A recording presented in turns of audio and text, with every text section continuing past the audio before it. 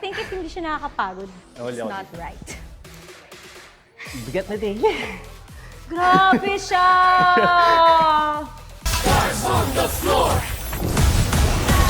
Nandito ka pala. Nandito ka pala. Kanina rin kami dito. Sasayaw kayo sa loob ng jeep. Alam niyo kung anong style. It's going to be contemporary. Which is... Hoy!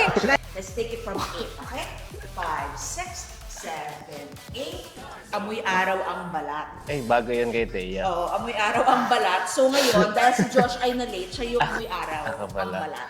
1, 2, 3, sharp! Yung pag-push away mo sa kanya to be sharp and then Josh covering sharp yung arm. 7, up. Step, step, step, and a turn. And ayusin na lang. Para lang ma-polish na. Here, Kahit here. something. 6. 5, 6, 7, 8. Boom, boom. Push and lock. Kita niyo guys, ang laki-laki ng upuan sa jeep, pero doon siya sumisip. Bakit gano'n? Boom, boom. Push and lock. Pa-over. Start here. Nakalito! Stop. You're giving it effort. You're giving it energy, which is good job. So that means talagang ginagawa niyo yung best. Oh, crush niya talaga ako. I know.